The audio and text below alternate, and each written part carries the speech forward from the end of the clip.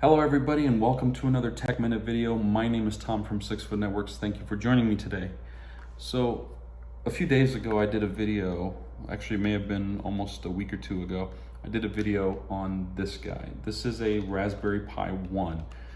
Now, for those who didn't catch that video or don't know what these are, this is a fully functioning Linux computer, and essentially you can see the bottom of it. It's in a pretty case, but I got a whole set of new ones. This is a brand new one. I got this last week. It came, I think, on Friday, and I've been going through the unboxing, and I thought, you know, why not pull the camera out and talk about this thing? So this is essentially what a Raspberry Pi looks like, and you can see that they're almost identical. In terms of size, I think they're about the same. Maybe the new one's a little bit bigger, but there's a lot more stuff that this one can do that the other one can't do. And I'm trying to carefully hold it so I don't, you know, bend pins or break something off. But essentially, gigabit Ethernet, USB 3, USB 2, you can see the blue. Let me flip this over here. Audio, jack out.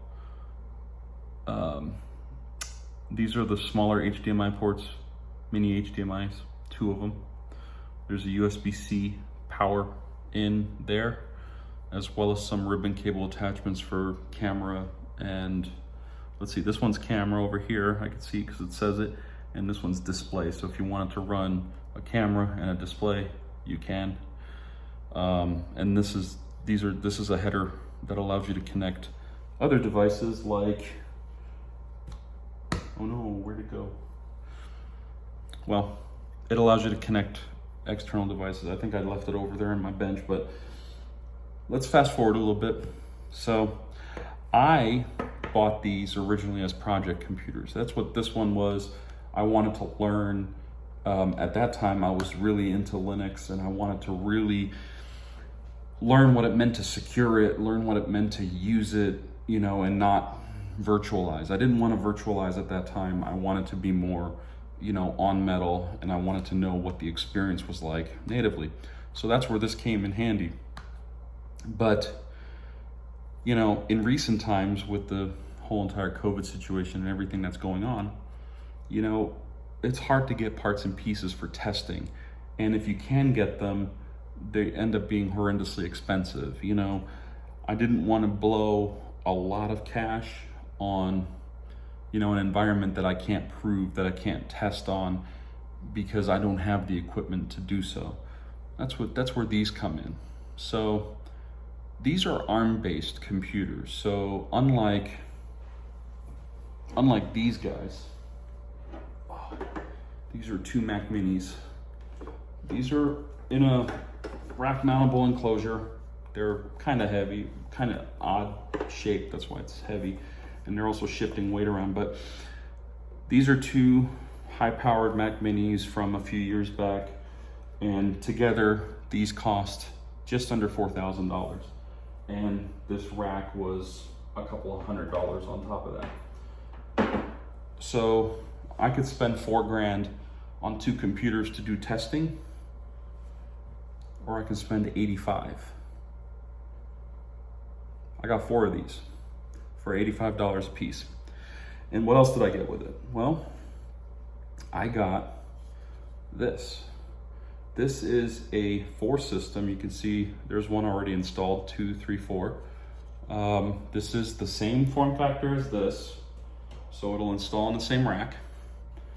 But you can see there that I have a Raspberry Pi. If you don't believe me, there's the bottom of that one. And I bought a couple of accessories with it. First thing to note is that there's a daughter board right here that plugs into the HDMI ports, the 2 HDMI ports right here, and it converts those ports into full-size HDMI. So I can use them with my displays or whatnot, as well as whatever else I want to plug in here, my USBs. The Ethernet's right here. It also comes with a nifty little LCD screen. Now this is a UC Tronics Pi Rack, 4 devices, and I got a lot of the accoutrements with it. So it came with the power button, it came with the ribbon cables and the accessories that are all part of this. But what's amazing about this is that I can put 4 servers in this rack. Now, mind you, this weighs a couple ounces, not even, maybe 2-3 ounces. I don't know what the weight is. This piece of aluminum weighs, I don't know, maybe 6 to 8 ounces, maybe a little bit more. And all of it together probably is not gonna weigh more than a pound. Even if I put all these Raspberry Pis in and connect it all together, it might weigh a pound. This guy, I'd say this guy probably weighs 30 pounds. Anyway, no need to shell out $4 grand for testing systems. These 2 systems were originally bought for just that. They have VMware Fusion on them, and they literally have every OS that can run on an x86 architecture on them. Everything from 30 flavors of Linux to, I think Windows 7 is still on here. We have a version of 8. We have the weird 9.1, 10, and we're waiting for VMware to support Windows 11 to get that on here as well. Now, these won't run Windows, at least not easily. There is several posts on on social media and YouTube and whatnot of people getting Windows to run on these. I have no intention of running Windows on these, and that's not what their purpose is. These aren't supposed to be desktop replacements, although it can be. You get yourself a little case like this, there's no reason why this can't be your primary workhorse. You set that up, get yourself some screens, plug them in, boom. This one's the old one, but you can do that with this very easily. And here's what these are. These were originally created by some folks in England, in the UK. And these were originally designed to teach electronics to children in school. What better way to do it than with a $30 some odd computer versus thousands of dollars of computing.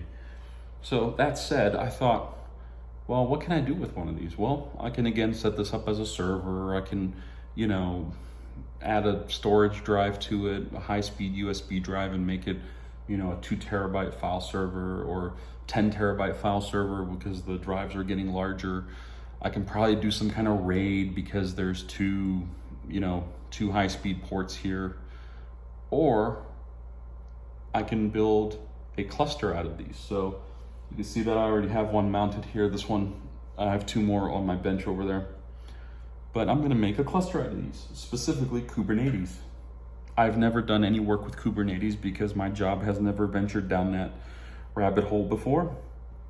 But who knows, maybe a future opportunity will come up to where I'll be able to use Kubernetes and use Docker and do container-based work, which is foreign to me. And you might be thinking to yourself, well, Tom, God, you've been doing IT for 22 years. How have you not done any work with Kubernetes?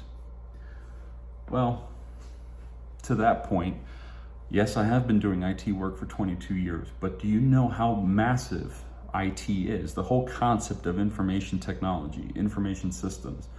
There are systems that I have never touched before, or platforms that I've never touched before, which I will never touch or work with in the future. There's just no need to. So it doesn't affect my job. It doesn't affect me as a engineer, as a profession. I configure networks, I make computers talk to each other, and I build projects using things like this. And that's it. That's my niche, so to say.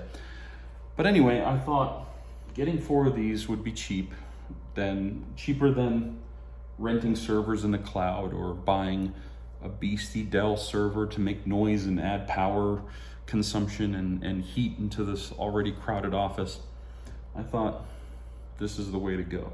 So the moral of this Tech Minute is that if you're interested in computers, if you have any inkling to figure out how things work and what you can do specifically with one of these, then I recommend that you spend, I mean, you don't have to spend the $80 or $85 that I spent on this one, but you can get the lower spec one if you just want to learn it.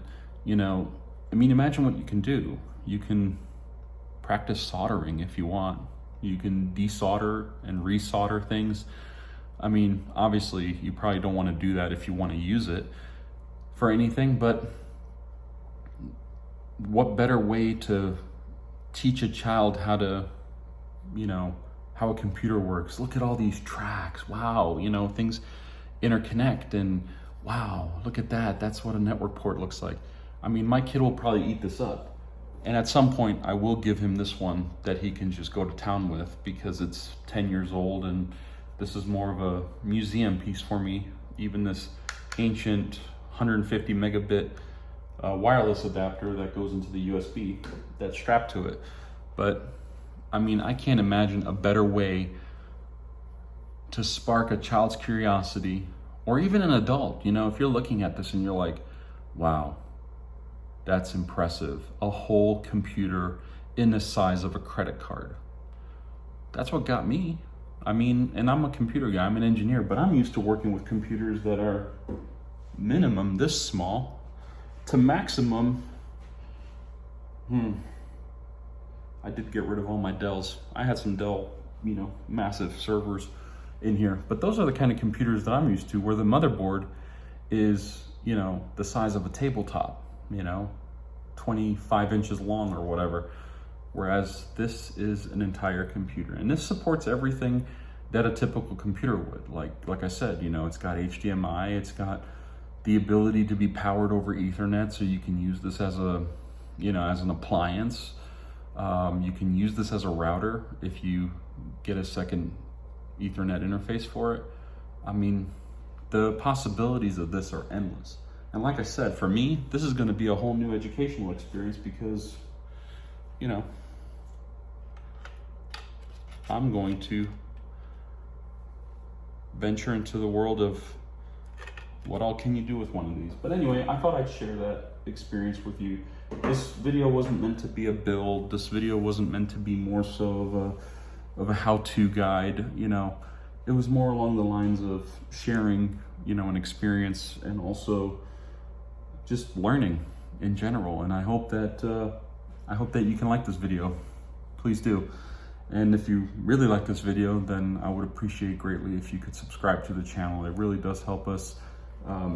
You know, it helps us do projects like this and create more content like this for you. In the meantime, I hope you have a great week ahead, and thank you for watching.